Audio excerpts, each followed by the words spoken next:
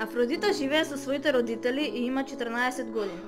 Секојдневниот живот и го исполнуваат многу обврски, исполнети со радост, смеја, но и солзи. Денес таа се враќа од училиште изморена, но не очекува дека дома ја чека жестока ситуација. Мајка и татко се нервозни од родителската средба, која не заврши баш по нивна волја. Афродита на овој начин ни укажува дека треба да забраниме некои работи? Нема веќе да те видам да си купила книги или стрипови до крај на тромесечие. Јас и да не купам таа самата ќе си најде. Епа тогаш ќе се разбереме. Нека дојде па ќе видиме, се надевам дека ќе ни се извини. Епа во спротивно ќе го земам тој телефон. Еве дојде, молчи како ништо да не знаеш. Добар ден.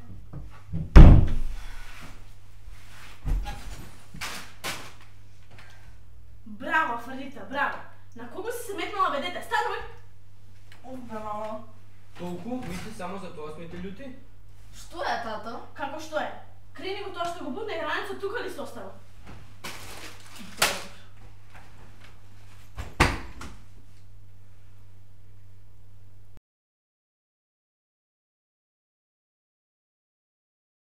Што се смешкаш? Кажи ни да се насмееме. Керко, што е смешно? Ништо. Како ништо? Ако е ништо, некој ќе помисли дека се отидеме со паметот.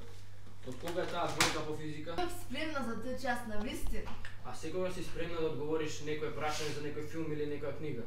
Ти, Керко, во последно време си опседната со тие книги и филмови, но нема да заборавиш на училиштето. Добро, родители, не ме напаѓајте. Не ме напаѓајте. Ајде, дај ми го телефонот. Не може? Да не повторувам два пати. Добро. Еве го телефонот, земете го лаптопот и одам да учам. Довидување. Зошто баш утре правиме теста? Ништо не ми влегува во глава.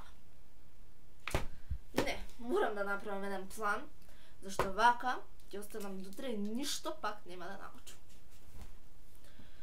Прво ќе научам македонски. После ќе земам биологија и на крај ќе напишам домашно. Ајде. Македонски јазик. Кодификација на македонскиот јазик. Ова го знам. Чекај. Циркулаторниот систем ќе ме полуди. Значи... Па немам и телефон, и физика, и родителска, и периодов ми е хаос. Убав монолог си направив. Ама кој ме слуша мене? Да ја фатам јас книгава, да не ме фати она, мене се на единица поголема од мене.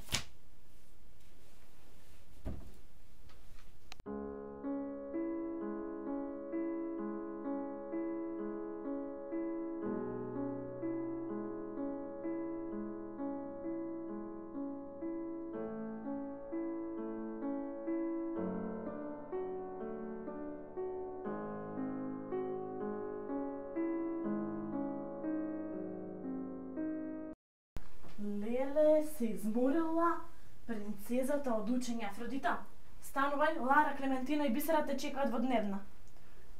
Афродита! Што е?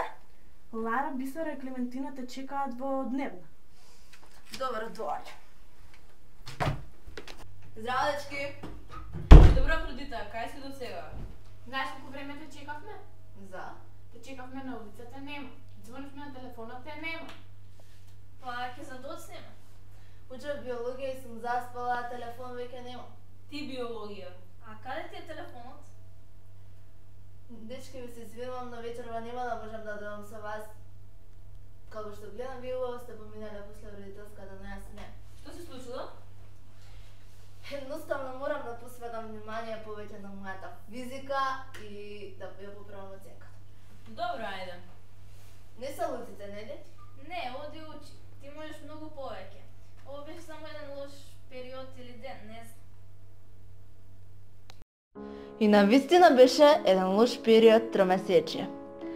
Сватив дека требаше повеќе да посветам внимание на некои предмети, а книгите да ги оставам да мируваат. Има време за се, Само ова е една грешка од која учиме дека треба сериозно да ги сватиме некои работи и да не бидеме буквалисти. Животот е краток, но и лошите оценки се некогаш добро воспитување.